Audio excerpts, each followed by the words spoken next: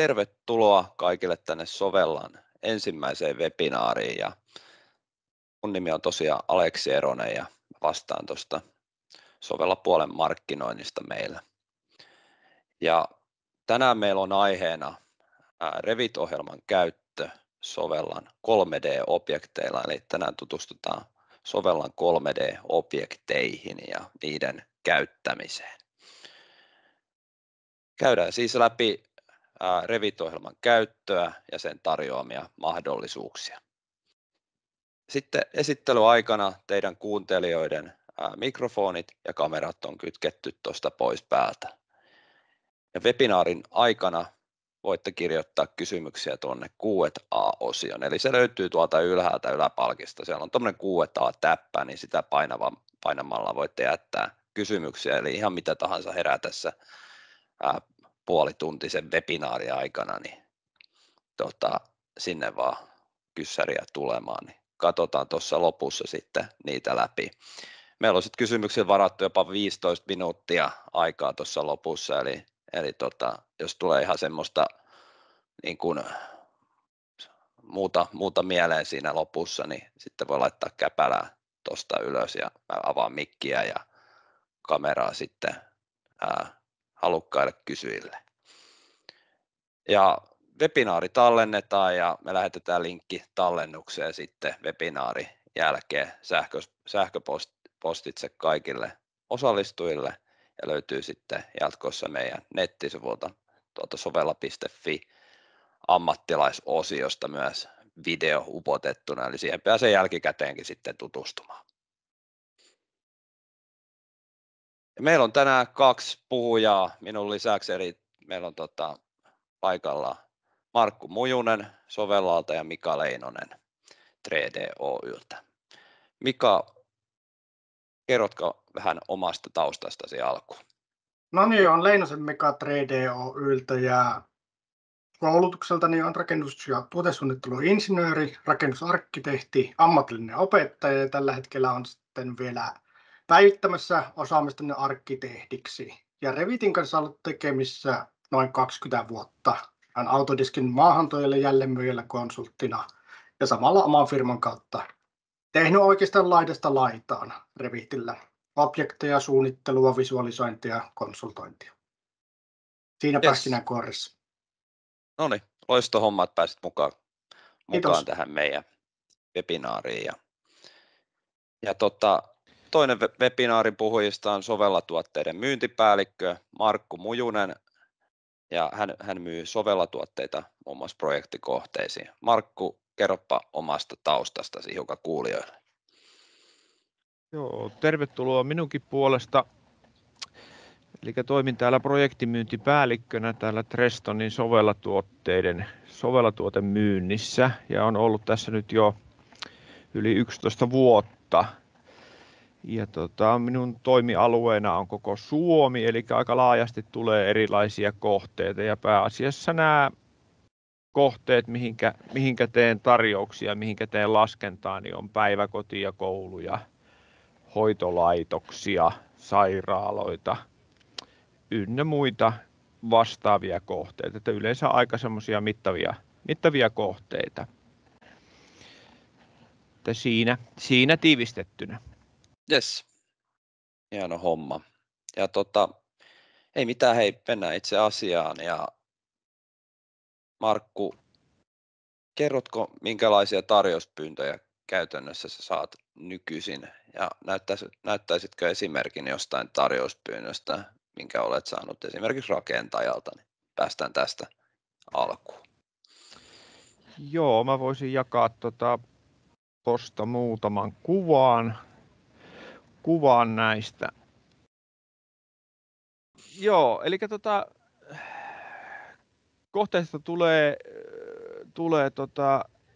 useasti erinäköistä tietoa, tulee määräluetteloa, tulee pohjapiirustuksia, tulee huonepiirustuksia ja iso kasa selostuksia ja monesti tämmöinen määräluettelo on semmoinen, mikä tulee varsinkin ennakkotarjousvaiheessa niin kuin siinä mukana ja tästä pitäisi käsittääkseni pystyä tekemään tarjous, mutta tässä on hyvin hyvin vähän niin kuin laajaa tämä tieto, mitä tässä on. Puhutaan kappaleista ja puhutaan juoksumetreistä ja näin edespäin. Ja sitten pyrin tekemään kumminkin mahdollisimman tarkkaa työtä siitä ja tekemään tarkan tarjouksen, niin siinä joudun sitten tukeutumaan huonekohtaisiin ja pohjakuviin ja käytännössä sitten käymään pohjakuvia lävite ja samalla kun näitä pohjakuvia käyn lävite, niin teen sitten huonekohtaista listaa sovellatuotteista, että millä tuotteella joku huone voidaan toteuttaa. Että esimerkiksi tuossa tuommoinen puhtpyhuone, niin se on mitoitettu, minkä levyiset hyllyt, kuinka pitkät hyllyt on ja sitten sen mukaan jaan sovellatuotteet jaksoihin ja mitkä sopii noihin mittoihin. Käytännössä sitten käyn koko rakennuksen lävite ja tässä nyt on tämmöinen ei niin kovin iso kohde, että tässä on aika vähän tietoa. Sitten saa yhteensä tuoterivit siitä, että ja aika mittava työ saada tarjous siitä aikaiseksi.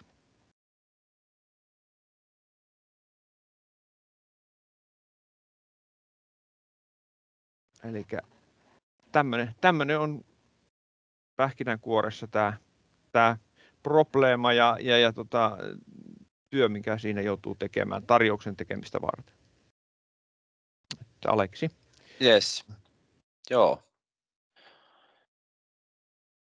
Seuraavaksi Mika esitteleekin meille Revit BIM-mallinnusohjelman käyttöä. Eli Sovellan Revit-mallit löytyvätkin tuolta sovella.fi nettisivujen ammattilaisosiosta. Mä laitan teille kuulijat linkin tuonne chattiin samalla kun Mika aloittaa esittelyn. Aivan. Eli Yes.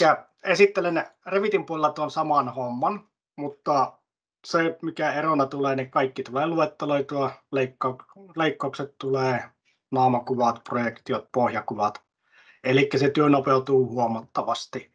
Ja mulla on tässä tämmöinen pieni varastokoppi, jonne mä nyt lähden laittamaan niitä tuotteita. Ja mä otan tuon leikkausnäkymän kautta, nämä on seinään kiinnittyviä elementtejä, niin leikkausnäkymä on järkevin lähteä laittamaan niitä paikoilleen.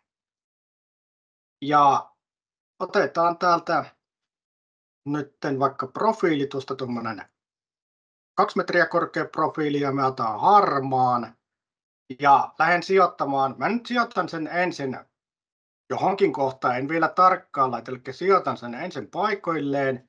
Sen jälkeen säädän toinen korkeusaseman ennen kuin lähden sijoittamaan varsinaisia elementtejä muita. Eli säädän tuon korkeusaseman, laitan sen lattiasta 100 milliä.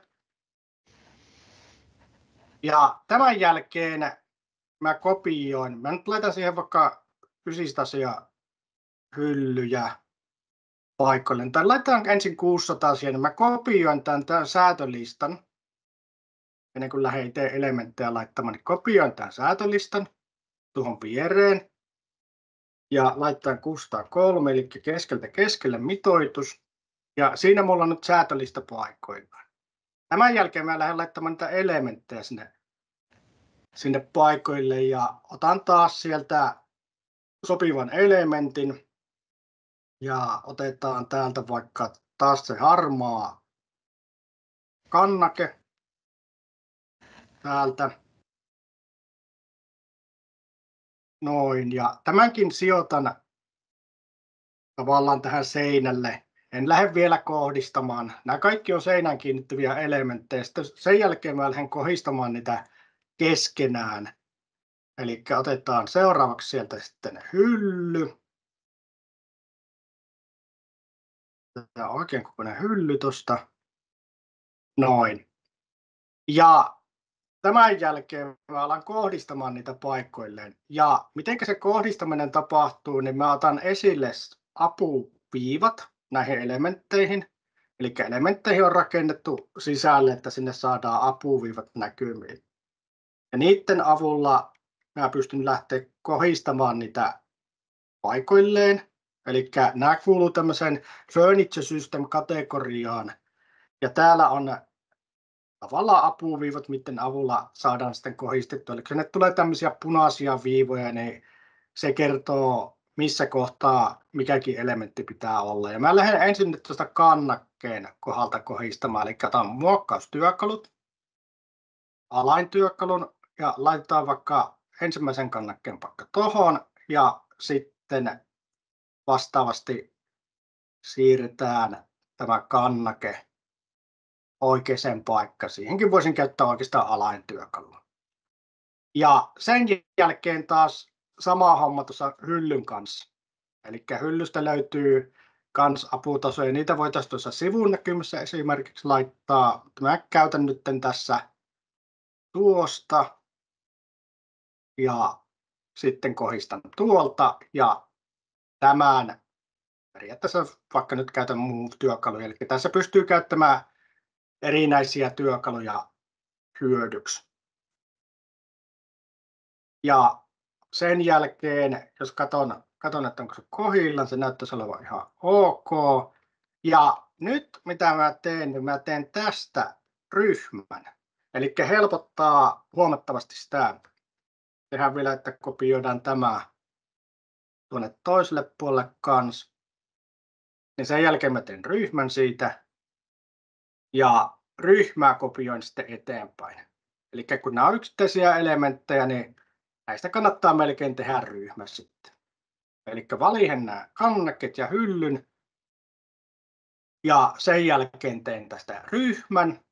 Tuolta tehdään vaikka gruppi. Annetaan tälle nimeksi hyllyt tai hylly plus kannakkeet.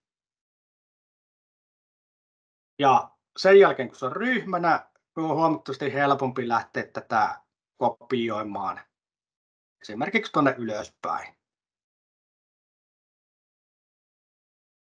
Nyt laitan näitä jonkun verran tänne paikoille ja laitan vielä yksi tuonne ylös. Ja sen jälkeen, kun mulla on nämä ryhmät tehty, niin mä vastaavasti lähden kopioimaan tuonne oikealle päin. Eli valihen tuosta hiiren oikealla select all instances.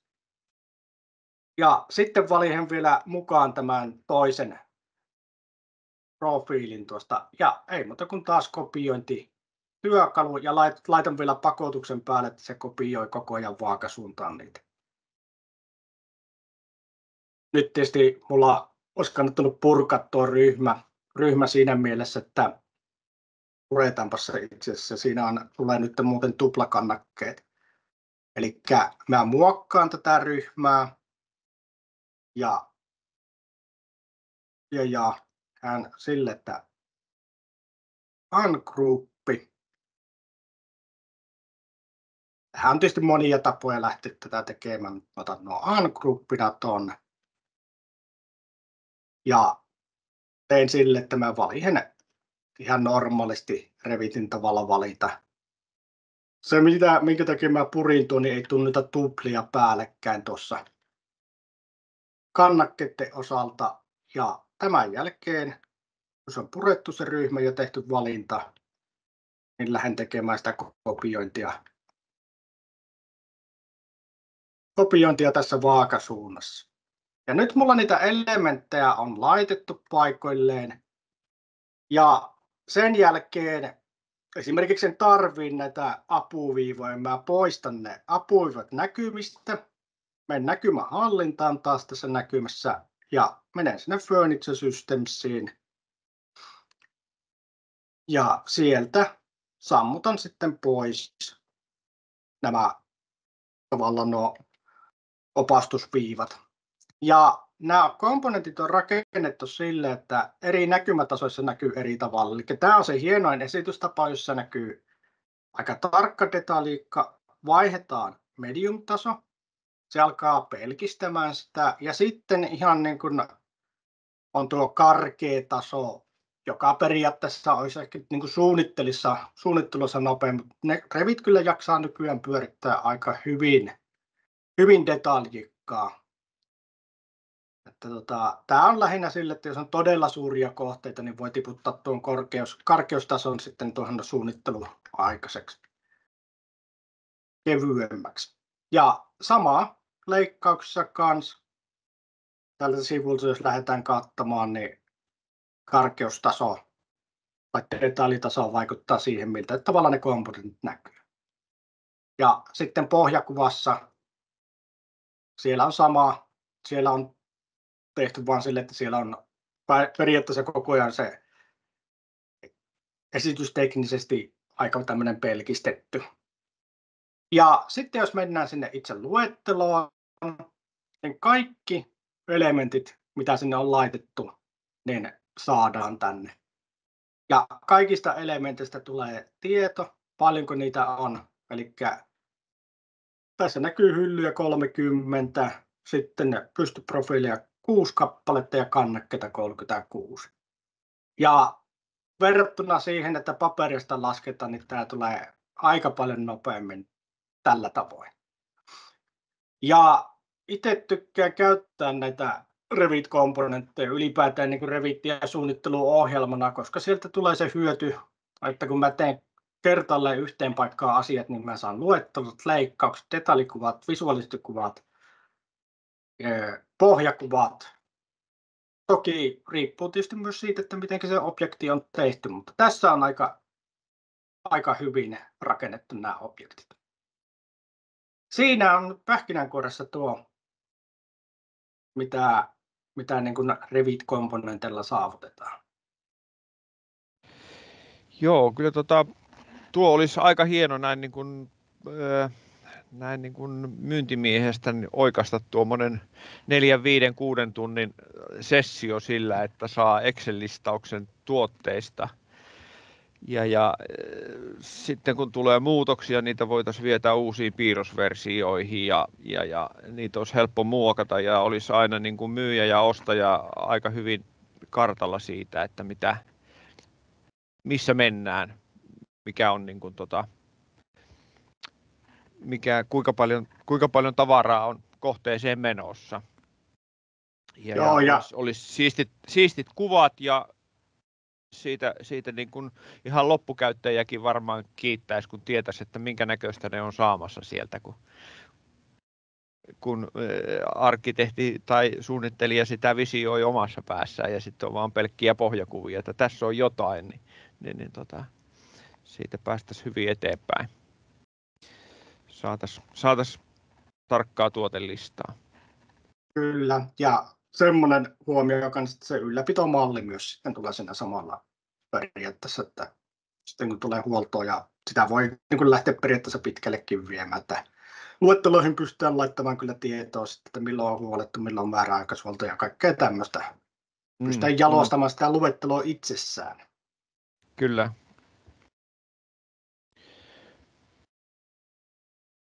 Yes.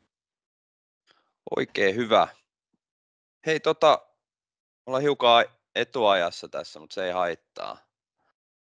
Meillä on tullut itse asiassa muutamia kysymyksiä nyt ja voitaisiin niitä nyt sitten käydä läpi. Nyt tällainen kysymys on tullut, kun löytyykö Revittiin säätöhyllyt?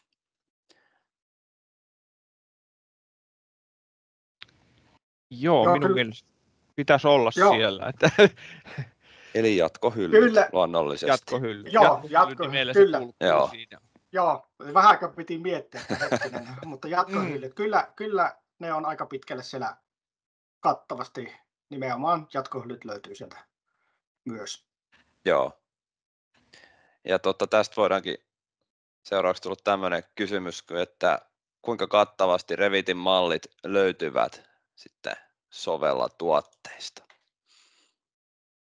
No, niistä pitäisi löytyä kaikki yleisimmin myynnissä olevat sovellatuotteet pitäisi sieltä löytyä, että ne on kyllä aika kattavasti nyt tässä vaiheessa mallinnettu ja lisätty Revittiin, että se on aika tuore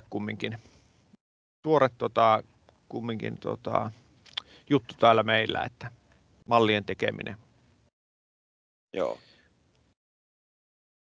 Joo, tosiaan, mä komppaan täysin Markkua tuossa, että kyllä ne aika kattavasti sillä on.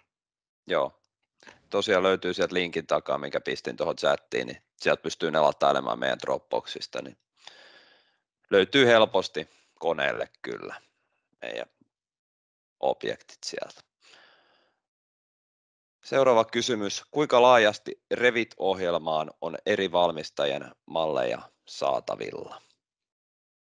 No, jos katsotaan aluksi Suomen tasolla, niin koko ajan kasvaa päin ja todella laajasti sille, että kyllä sen suunnittelu pystyy tekemään tuotekomponenteilla. Että löytyy justiinsa sovellan tuotteet, sitten löytyy keittiökalusteita, kylpyhuonekalusteita, ikkunoita, ovia, irtokalusteita. Ja sitten jos lähdetään vähän katsomaan rajojen ulkopuolelta, niin sieltä alkaa löytymään just sitten ihan huomattavasti enemmän. Ihan sellaisiakin tuotteita, mitä Suomessa käytetään, varsinkin sisustussuunnittelun puolelle alkaa löytymään enemmän. Ja ikkunoita ja ovia löytyy kyllä ihan älyttömästi. Ja keittiökalusteita. Eli periaatteessa arkkitehtisuunnittelun tarvittavat komponentit kyllä löytyy kattavasti. Ei tietysti joka valmistajalta, mutta todella kattavasti löytyy. Yes. Oikein hyvä. Seuraava kysymys. Kuinka laajasti Revit-ohjelma on käytössä? Vähän sivusinkin jo tuossa piiloviestinä sitä, että Suomessa se on ehkä että puolet ja puolet. Ainakin oli silloin, kun mä olin maahantuojalla ja jälleenmyyjällä töissä, niin kyllä se oli jo silloin 2015.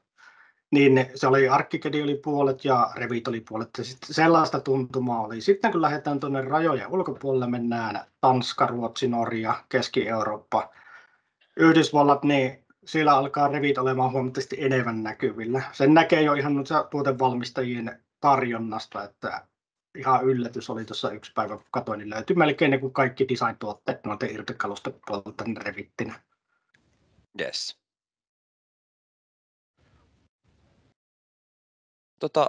Kysymys tullut tuonne Q&A-asiaan, että onko päivityksiä tullut ladattuna sovella komponentteja ilmeisesti vuodelta 2022, onko tarve päivittää?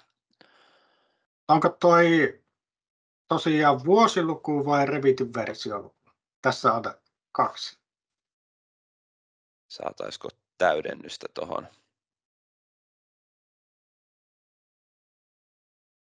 Ladattuna, eli 2022 Joo. varmaan ladattu objektit. Jotenkin muistelen, että siihen tuli päivitystä viime vuonna. Joo, sama mielikuva mullakin on, että siihen tehtiin. Niin oli johonkin näihin aikoihin, vai oliko se kesäaikana, sinne tuli lisää elementtejä. Kyllä. Joo, vuosi sitten päivitettiin nämä, että näin on tehty. Eli kannattaa ladata ne nyt uudestaan tuolta linkin kautta, niin on sitten viimeisten päällä objektit koneella. Seuraava kysymys, miksi pitäisi valita sovella-järjestelmä? No jos minä vastaisin, niin hyvä valikoima tuotteita, helposti muunneltavaa, hyllykkö ja helposti laajennettavissa. Loppukäyttäjälle asti niitä on helppo hankkia sitten lisää, kun se on asianmukaisesti sinne tehty. Löytyy lähes kaikista K-raudoista ja Starkesta suoraan hyllystäkin näitä tuotteita ja niitä kautta pääsee sitten tilaamaan, että jos tarvii jotain yksittäisiä tai vähän isompia settejä, niin pääsee helposti loppukäyttäjään.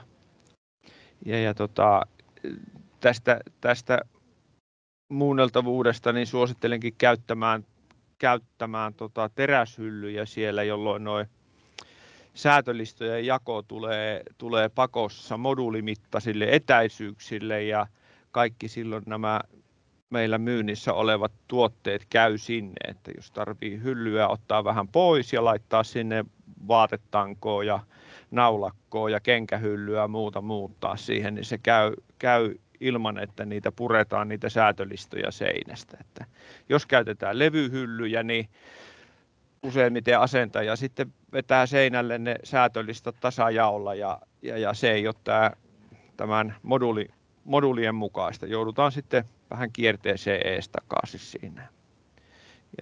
Tietenkin täytyy sanoa ja mainostaa, sovellatuotteet on kotimaisia, valmistetaan täällä meidän Jyväskylän tehtaalla tuossa mun selän takana, että on niin kuin hyvinkin niin kuin, tässä henkilökohtainen asia, kun niitä menee, ettei mene kiinalaisia kopioita tai jotain muuta sinne.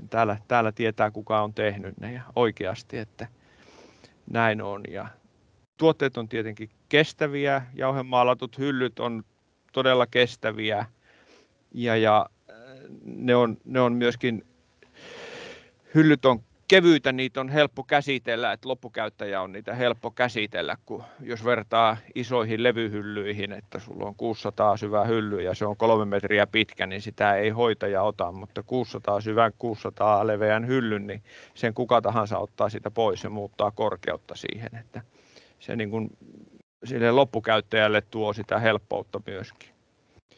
Ja toki sitten jos ja kun kestävyydestä huolimatta määränpää häämöttää, niin teräs on kaikkein eniten kierrätetty materiaali, eli tuote on kierrätettävä.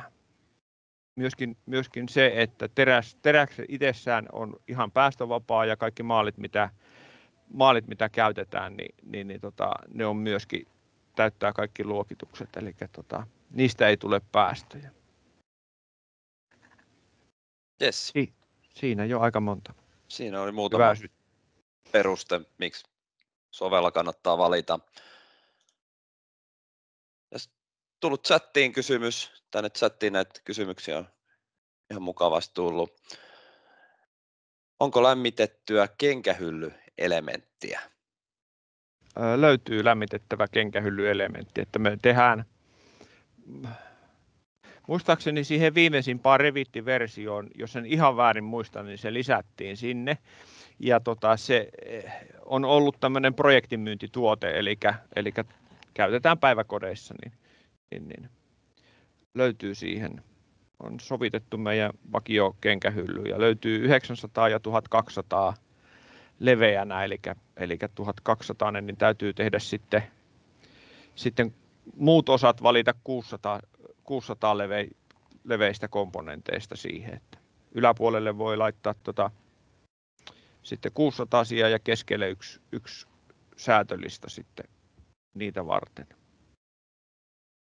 Yes, oikein hyvä kysymys.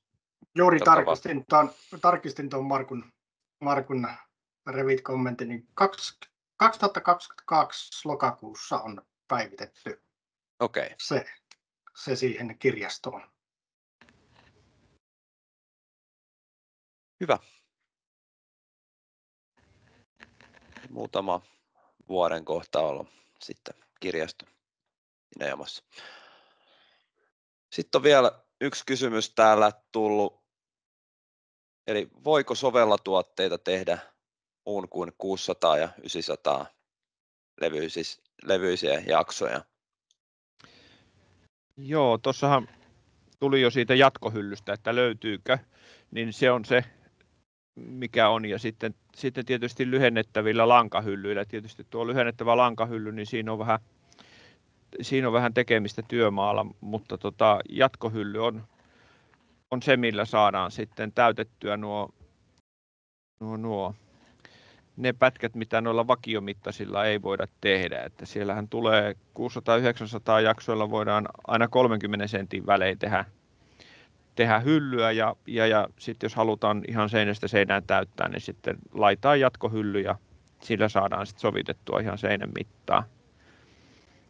Ja jonkun verran meillä on tuolla ideoita ja muita löytyy tuolta sovella.fi-sivuilta, niin sieltä löytyy näistä niin sanotusti ei-moduulimittaisista jutuista, niin niitä voi käydä siellä katselemassa. Ja tietenkin muutakin tietoa sieltä löytyy paljon. Yes. Oikein hyvä. Tässä oli nyt kaikki kysymykset sitten, eli kiitokset vaan hyvistä vastauksista puhujille ja Kello on 11.02, aletaan päättelemään tätä meidän webinaaria ja mä haluankin kiittää kaikille nyt osallistumisesta tähän meidän webinaariin ja pyritään jatkossakin pitämään tällaisia tasaisin väliajoin. Haluan kiittää myös Mikaa ja Markkua, kiitos. Että pääsitte puhumaan ja paikalle tähän tapahtumaan. Ja muistutuksena vielä, että me arvotaan 500 euron arvoinen tuotepalkinto kaikille ilmoittautuneille ja me ilmoitetaan tästä voittajalle 14.5. henkilökohtaisesti, eli silloin arvonta tapahtuu. Ja sähköpostitse me laitetaan sitten viestiä onnekkaalle voittajalle. Mä haluan kiittää kaikkia ja toivottaa oikein mukavaa kevättä ja toivotaan, että kelit tästä lämpenee. Kiitos. Kiitos ja mukavaa kevättä. Kiitos samoin kaikille.